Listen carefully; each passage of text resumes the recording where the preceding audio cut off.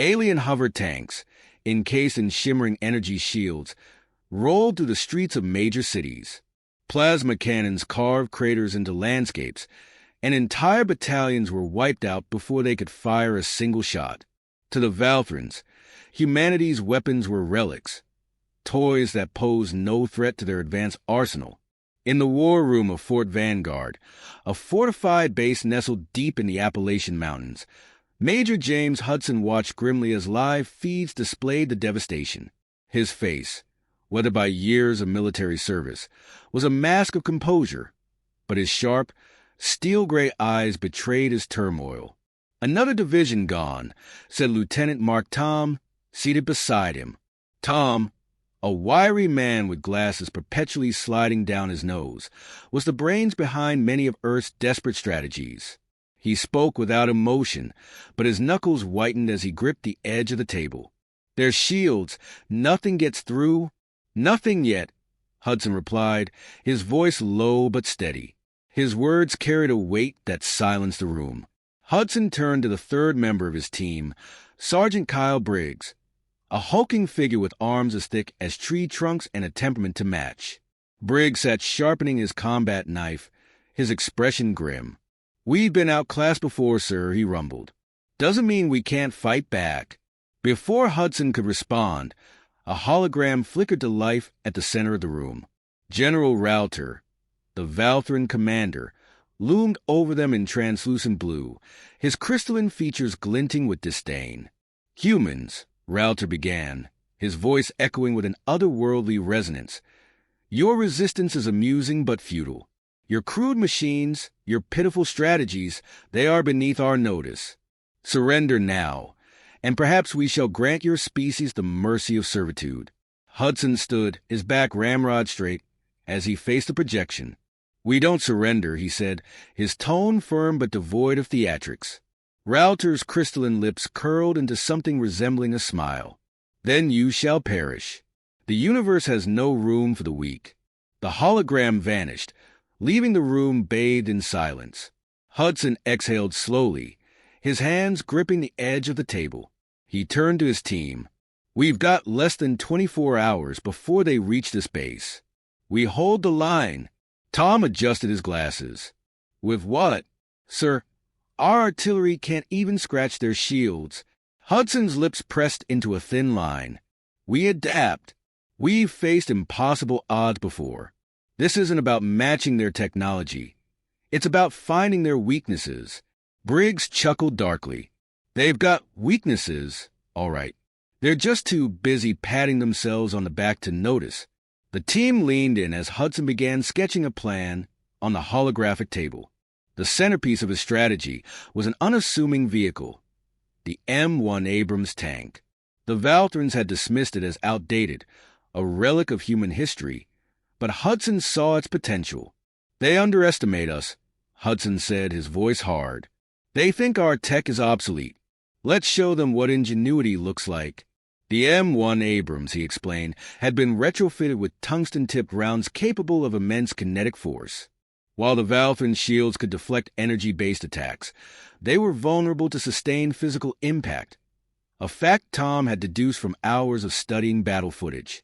"We'll hit them where it hurts," Hudson continued, his finger tracing the outline of the nearby mountain pass. "This terrain gives us an advantage.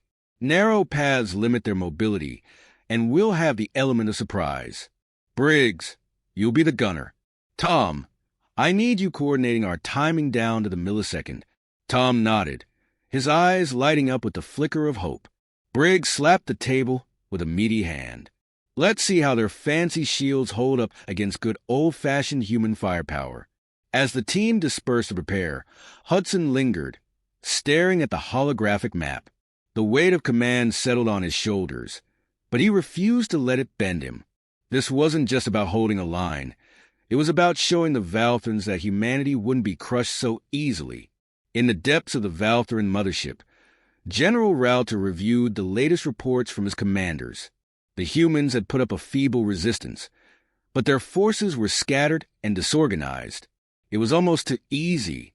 One of his lieutenants, a younger crystalline officer named Virlog, approached cautiously. General, the humans are regrouping near the mountain range. They appear to be fortifying their position.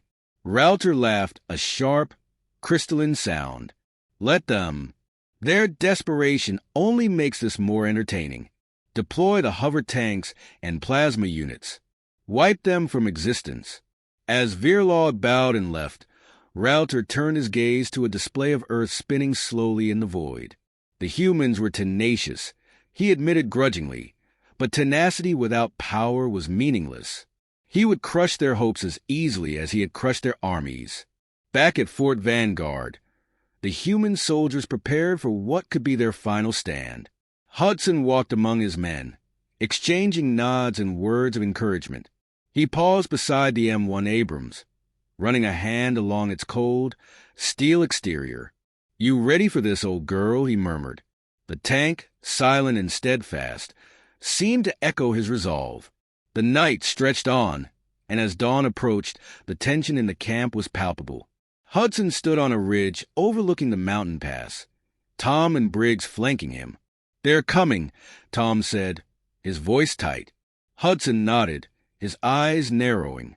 "Then let's give them a reason to remember us." As the first glimmers of alien hovercraft appeared on the horizon, the stage was set. The battle for humanity's survival was about to begin.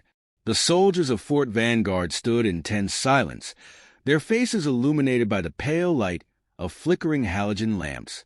The air was thick with a sense of finality, each breath heavy with unspoken fears. Despite the looming threat, Major James Hudson moved through the crowd with an air of steady confidence.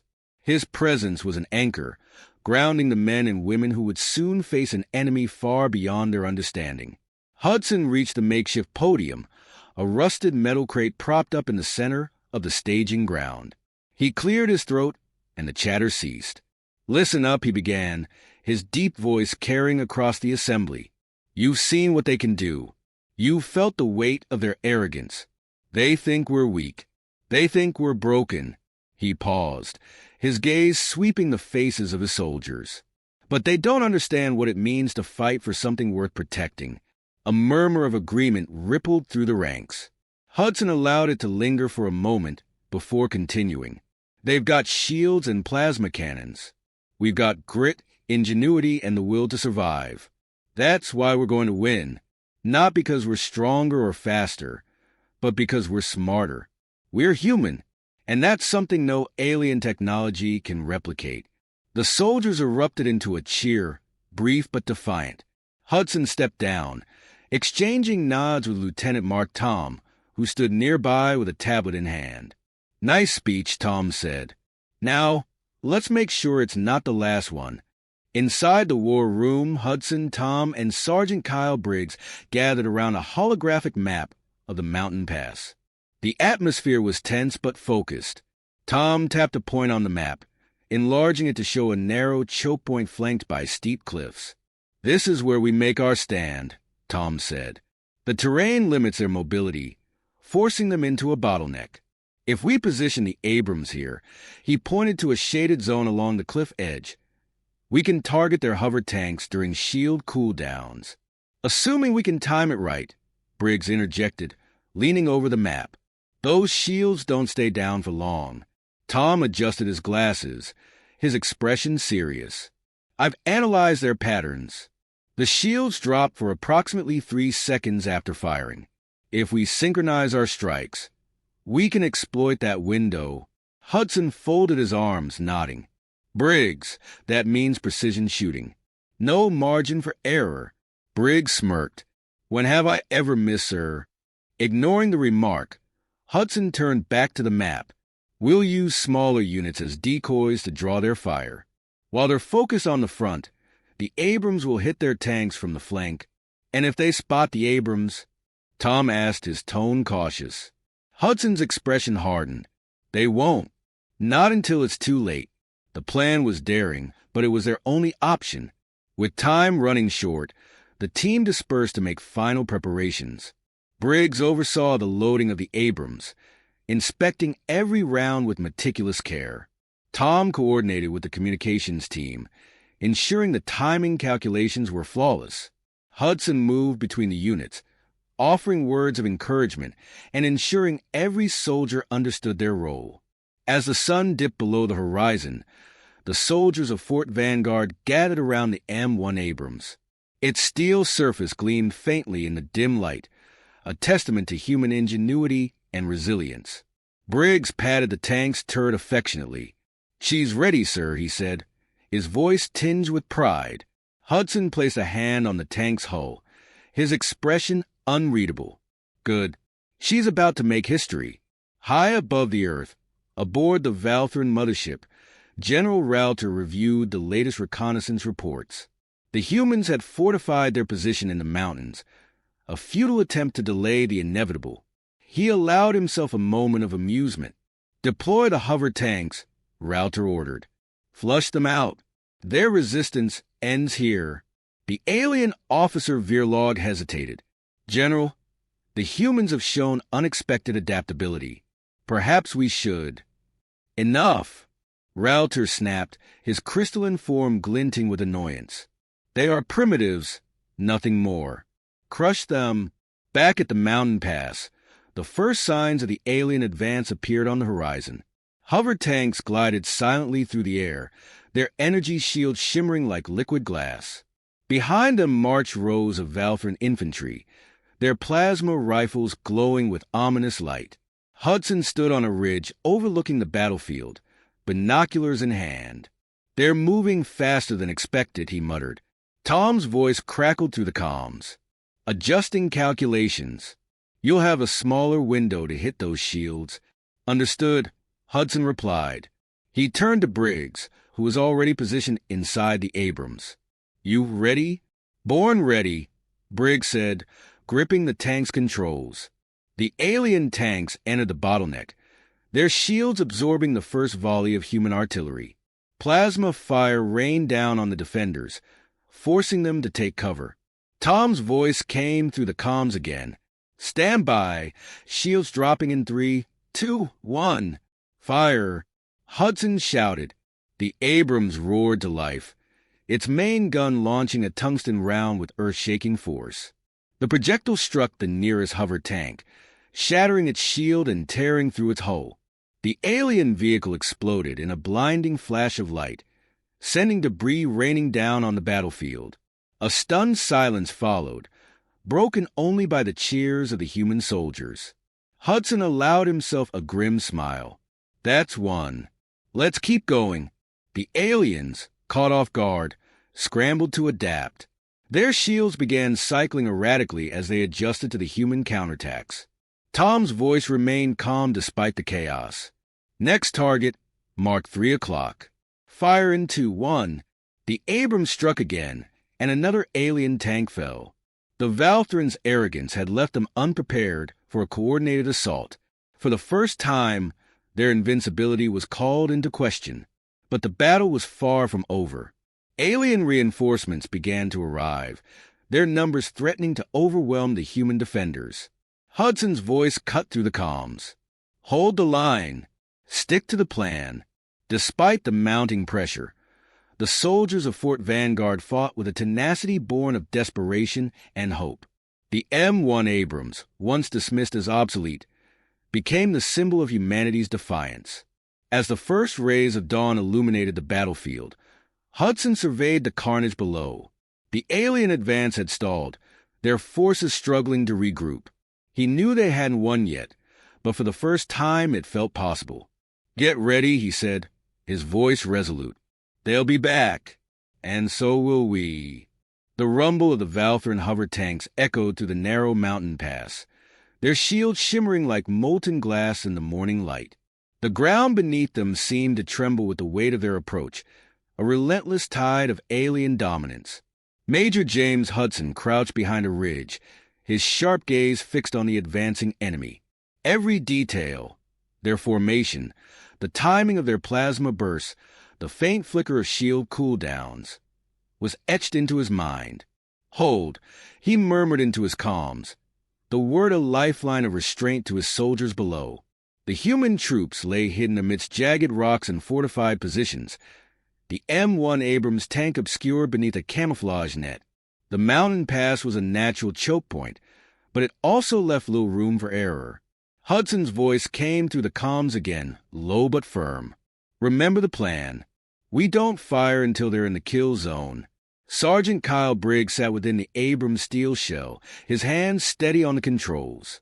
The tank hummed with dormant power, its tungsten-tipped rounds loaded and primed. "They're practically gift-wrapping themselves for us," he muttered, his lips curling into a grim smile. Lieutenant Mark Tom's voice crackled over the comms. "Don't get cocky, Briggs. Timing is everything. Shields drop for 3 seconds after their plasma bursts. Miss that window, and we're toast. Relax, Tom. I've got this." Briggs shot back, adjusting his targeting system. Hudson silenced their banter with a single command. "Focus." The Valthran tanks moved deeper into the pass, their sleek forms defying gravity as they hovered mere inches above the ground. Behind them marched squads of crystalline infantry, their plasma rifles glowing ominously. The alien forces exuded an air of invincibility, their shields glinting like an impenetrable curtain. "Wait!" Tom's voice was taut with anticipation. "Wait!" Hudson's hand hovered over the trigger of his radio. His heart pounded in his chest, but his expression remained stoic. Then, like the crack of thunder, he barked the order. "Now!" The M1 Abrams roared to life, its main gun unleashing a tungsten round with earth-shattering force. The projectile streaked through the air, slamming into the nearest hover tank. The Valthran shield flickered, collapsed, and the tank erupted into a blinding explosion.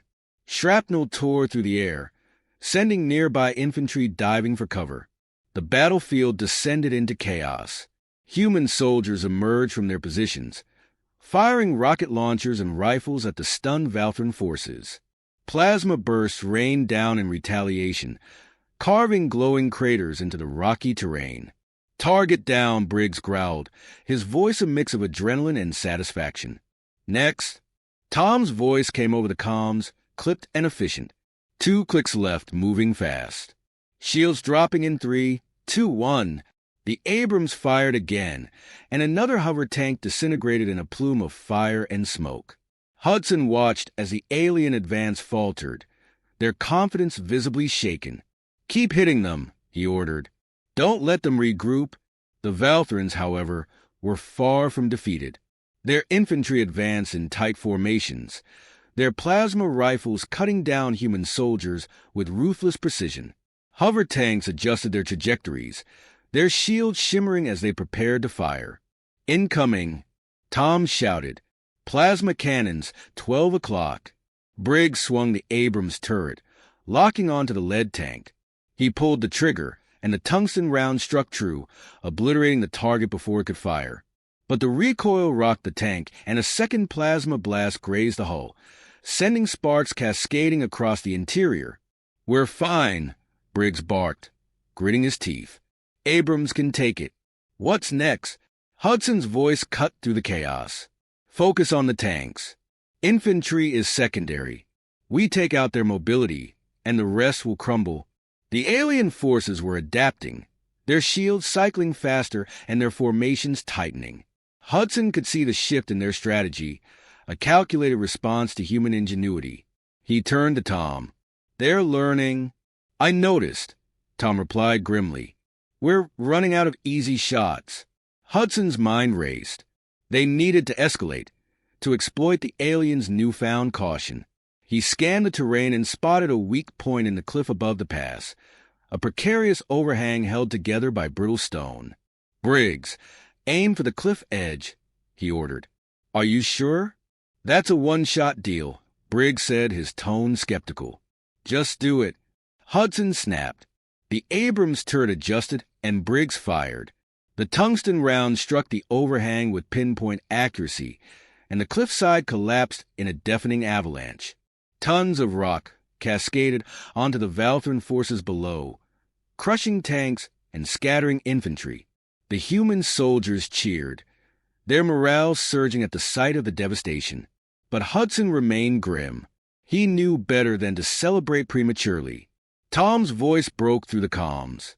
"General Rauter's command hovercraft just entered the pass." He's bringing reinforcements. Hudson's jaw tightened. Then we end this now. Briggs, you're with me. Tom, coordinate the artillery to cover our flanks. The Abrams surged forward, its engine growling like a beast unleashed.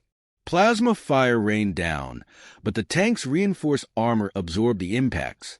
Hudson directed Briggs toward the command hovercraft, its shield glowing like a radiant star. "This is it," Hudson muttered. "We take him out, or we lose everything." Tom's voice crackled. "Shield cooldown in 5, 4, 3. "Steady," Hudson said, his voice steady despite the chaos. 2, 1. "Now!" The Abrams fired its final tungsten round, the projectile streaking toward Rauter's hovercraft. The shield collapsed, and the round struck the craft's core. The resulting explosion lit up the pass like a second sunrise, engulfing alien troops in a fiery inferno. The remaining Valtran forces, leaderless and demoralized, began to retreat. Cheers erupted from the human lines as the realization sank in. They had held the line. Hudson stepped out of the Abrams, his boots crunching on the rocky ground. The battlefield was a smoking ruin, but it was theirs. "We did it," Briggs said, his voice a mix of exhaustion and triumph. Hudson nodded, his expression solemn. This was just one battle. The war's far from over. He turned to his soldiers, raising his voice above the din, "Regroup and resupply. We've proven we can fight. Now let's show them we can win." The mountain pass was eerily silent in the aftermath of the battle, save for the occasional crackle of burning wreckage and the distant echoes of retreating Valtran engines. The air hung heavy with the metallic tang of plasma scorches and the acrid stench of smoldering debris. Major James Hudson stood at the edge of the battlefield, his gaze fixed on the horizon where the alien forces had vanished. The lines of his face, etched by years of command, were sharper now, shadows of exhaustion and resolve carved deep into his features. Sergeant Kyle Briggs climbed out of the M1 Abrams, his once immaculate uniform smeared with soot and sweat. He gave the tank a parting slap on its dented hull. "Hell of a fight," he muttered, wiping his brow. "I think she earned her retirement after that." Lieutenant Mark Tom approached, his tablet clutched tightly in one hand. He looked up from the screen, his face pale but triumphant. "Confirmed retreat," he said. "What's left of their forces is regrouping beyond our radar range. Casualty reports are coming in now." Hudson nodded slowly, his expression unreadable. "Send medics to the wounded and recovery teams for the fallen. And get a message to command. Fort Vanguard held." His voice carried no trace of celebration, only a deep, solemn respect for the price of their victory. As the sun began its slow ascent over the battlefield, its light painted the shattered cliffs and charred craters in hues of gold and crimson. The surviving soldiers of Fort Vanguard gathered near the remains of the command center, their faces a mix of relief, grief, and cautious pride. Hudson stepped onto a makeshift platform, the murmurs of the crowd dying down as he raised his hand. "You fought today not as individuals, but as one united force," Hudson began, his voice carrying over the assembly. "You faced an enemy that underestimated your resolve, your intelligence, and your humanity. And you proved them wrong." His eyes swept over the crowd, lingering on familiar faces marked by dirt and blood. "But this victory didn't come without sacrifice. Look around you, at the empty spaces where friends and comrades once stood. Honor them by remembering that every step forward, every inch we reclaim, is because of their courage." The soldiers responded with a solemn salute, their fists clenched to their chests. Hudson stepped down, the weight of his words settling over the crowd like a mantle. In the hours that followed, the camp buzzed with activity. Medics worked tirelessly to treat the wounded, their triage tents a hive of controlled chaos. Engineers and mechanics inspected the damaged vehicles, salvaging what they could from the smoldering remains. The Abrams stood at the center of it all, a silent sentinel bearing the scars of its defiance. Briggs leaned against the tank, sharing a rare moment of quiet with Tom. "Think they'll give us a medal for this? he asked, his tone half-joking. Tom adjusted his glasses, his expression thoughtful. They'll probably send us back out there before the paint even dries. You know how this works. Yeah, Briggs said with a wry smile. But it'd be nice to hear someone say, thank you, every once in a while. Far above, the Valthrin mothership loomed like a dark star over Earth atmosphere. In its sterile, crystalline command chamber, General Rauter paced with restrained fury. The holographic display before him replayed the battle's final moments, the destruction of his command hovercraft, the collapse of his front lines. Explain, he demanded, his voice like a blade scraping against stone. Officer Veerlog, his subordinate, stood rigidly at attention. The humans exploited our shield cycle vulnerabilities with precision. Their tactics were unorthodox but effective. Rauter's crystalline form glinted with frustration, his jagged edges shimmering ominously. Effective? They are primitives wielding obsolete weaponry. How could they possibly? Perhaps their strength lies not in their tools, Veerlog interrupted, earning a sharp glare from his superior, but in their adaptability, their ability to think beyond the limitations of logic and probability. It is unsettling. Rauter dismissed the thought with a wave of his segmented arm. They may have won this skirmish, but the tide of this war is inevitable. Begin preparations for a counterassault. This time, we leave nothing to chance. Back at Fort Vanguard, Hudson stood alone on a rocky outcrop overlooking the battlefield. The distant hum of activity from the camp was a faint reminder of the world he was fighting to protect. He held a small, battered notebook in his hands, its pages filled with hastily scribbled notes and sketches. He flipped to a blank page and began writing, his pen moving with deliberate strokes. Victory today, but at a cost that cannot be measured in numbers. Every life lost is a weight I carry, a debt I cannot repay. But if this war has taught me anything, it's that humanity's strength lies not in its weapons or its technology, but in its spirit. The Valthrans believe themselves superior, but they've yet to understand the one truth that defines us. We fight not for conquest, but for survival. For each other, and that makes us unstoppable. As he finished, Hudson looked up at the horizon. The mountains stood as silent witnesses to the battle, their jagged peaks scarred but unbroken, much like humanity itself. He tucked the notebook into his jacket and turned back toward the camp. The war was far from over, but for the first time in months, hope felt like something tangible.